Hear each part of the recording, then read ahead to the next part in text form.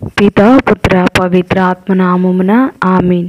ప్రియ స్నేహితులారా, మీ అందరికీ దేవుని యొక్క ఆశీస్సులను తెలియజేస్తూ ఈనాడు జనవరి 9 గురువారం ఈనాటి దివ్య బలి పూజ పట్నాల ధ్యానాంశానికి మిమ్మల్ని అందరినీ కూడా ప్రేమతో ఆహ్వానిస్తూ ఉన్నాను. మొదటి పట్నము పునీత యోహాను రాసిన మొదటి లేఖ 4వ అధ్యాయం 19వ వచనం నుండి 5వ అధ్యాయం 4వ వచనం వరకు, లూకా సువార్త 4వ అధ్యాయము 14వ వచనం నుండి 22వ వచనం వరకు. పిదప యేసు ఆత్మబలముతో గలిలయ సీమకు తిరిగి వెళ్ళెను. ఆయన కీర్తి పరిసరములందంతటను వ్యాపించెను. ఆయన వారి ప్రార్థనా మందిరములలో ఉపదేశించుచు ప్రజలందరినీ మన్ననలను పొందుచుండెను. తరువాత యేసు తాను పెరిగి పెద్దవాడైన నజరేతునకు వచ్చి అలవాటు చొప్పున విశ్రాంతి దినమున ప్రార్థనా మందిరమునకు వెళ్ళెను. అచ్చట ఆయన చదువుటకు నిలుచుండగా యెషయా ప్రవక్త గ్రంథమును ఆయనకు అందించిరి. ఆ గ్రంథమును తెరువగా ఆయనకు ఈ క్రింది వచనములు కనబడెను. ప్రభు ఆత్మ నాపై ఉన్నది, పేదలకు సువార్తను బోధించుటకై ఆయన నన్ను అభిషేకించెను. చెరలోనున్న వారికి విడుదలను, గుడ్డి వారికి చూపును కలిగించుటకును, పీడితులకు విమోచనను కలుగచేయుటకును, ప్రభుహితమైన సంవత్సరమును ప్రకటించుటకును ఆయన నన్ను పంపెను. దీనిని చదివి యేసు గ్రంథమును మూసి పరిచారకునకు ఇచ్చి కూర్చుండెను. ప్రార్థనా మందిరంలోని వారందరూ ఆయన వంక తేరి చూచుచుండగా ఆయన వారితో, నేడు మీ ఎదుట ఈ లేఖనము నెరవేరినది అని పలికెను. అది వినిన ప్రజలందరూ దయాపూరితములగు ఆయన మాటలకు ఆశ్చర్యపడి, ఇతడు యోసేపు కుమారుడు కాడా అని చెప్పుకొనసాగిరి. ఇది ప్రభు వాక్కు. సర్వేశ్వరునికి వందనములు. ధ్యానాంశం: సొంత వారు యేసుని నిరాదరణ చేయుట. నేటి పట్టణంలో యోహాను క్రీస్తుని ప్రేమ ఆజ్ఞను గుర్తు చేస్తూ ఉన్నారు. ఎవరైనను తాను దేవుని ప్రేమింతునని చెప్పుకొనుచు తన సోదరుని ద్వేషించినచో అట్టివాడు అసత్యవాది అని యోహాను తెలుపుతున్నాడు. మనం దేవుని బిడ్డలం కావాలంటే తండ్రిని, కుమారుని ప్రేమించి వారి ఆజ్ఞలను పాటించాలి.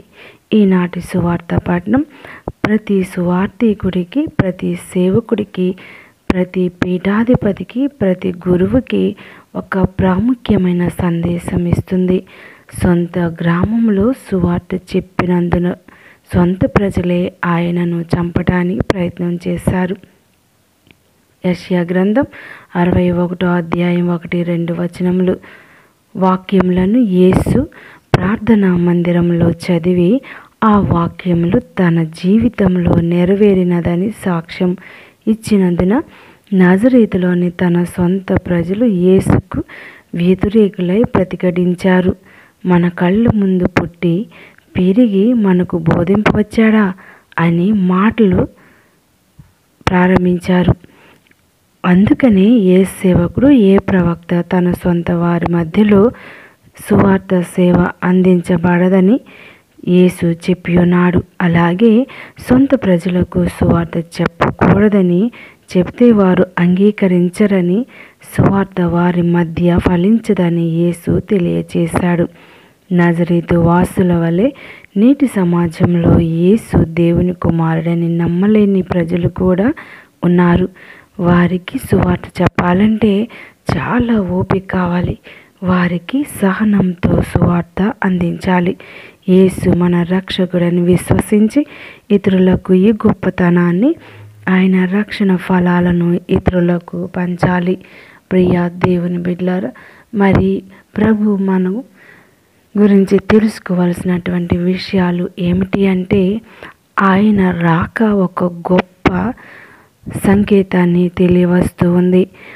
ప్రభు చదివినటువంటి వాక్యాలు ఒక్కసారి కూడా నెమరు వేసుకుంటే, ప్రభు ఆత్మ నాపై ఉన్నది, పేదలకు సువార్తను బోధించుటకై ఆయన నన్ను అభిషేకించెను, చెరలోనున్న వారికి విడుదలను, గ్రుడ్డి వారికి చూపును కలిగించుటకును, పీడితులకు విమోచనమును కలుగచేయుటకును, ప్రభుహితమైన సంవత్సరమును ప్రకటించుటకును ఆయన నన్ను పంపెను అని ఈనాడు ప్రభు తన గురించి మాట్లాడుతున్నటువంటి యెషయా గ్రంథాన్ని మరొకసారి వినిపిస్తూ ఉన్నారు.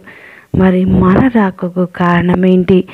ప్రభు ఆత్మను జ్ఞానస్నానం ద్వారా పొంది ఉన్నాం. పేదలకు సువార్తను బోధించుటకు మనలందరినీ కూడా అభిషేకించారు. ఎందుకనగా ఎవరైతే జ్ఞానస్నానమందు ప్రభువుని పొందుకుంటామో దైవాత్మ, పవిత్రాత్మ మనపై వేంచేసి వస్తుంది. ఈ పవిత్రాత్మకు కొద్దిగా చోటించిన వెడల ఆ ఆత్మ మనలందరినీ కూడా గొప్ప గొప్ప కార్యాలు చేయటానికి ప్రేరేపిస్తుందంటలో సందేహం లేదు. మనందరం కూడా ఈనాడు దేవుని యొక్క కార్యాలు చేయాలి అంటే ఇతరుల పట్ల స్నేహం, ప్రేమ కలిగి ఉండాలని ప్రభు మనతో మాట్లాడుతున్నారు. మరి ప్రతిరోజు కూడా దేవుని యొక్క ఆత్మ కోసం ప్రార్థించాలి. ఎప్పుడైతే దేవుని ఆత్మతో మనం నింపబడుతూ ఉన్నామో ఆ ఆత్మ మన కొరకే ప్రార్థిస్తూ ఉంది. మనం ఎప్పుడైతే ప్రార్థన చేయలేని సమయాల్లో మన తరపున పవిత్రాత్మ దేవుని స్తుతిస్తూ ఉంది. అందువల్ల మనం చేయవలసిన కార్యక్రమాలు చక్కగా చేయగలం. మరి ఈనాడు మన జ్ఞాన స్నానం ద్వారా దేవుని చే అభిషేకింపబడ్డాం. ఆయన యొక్క గొప్ప కార్యాలు మన యందు జరగాలని, ఇతరుల పట్ల జరగాలని కోరుకుందాం. దయగల దేవుడు మనలందరినీ కూడా తన ఆత్మశక్తి ద్వారా అభిషేకించి దీవించునుగాక. ఆమేన్. పితా, పుత్ర, పవిత్ర ఆత్మ నామమున ఆమేన్.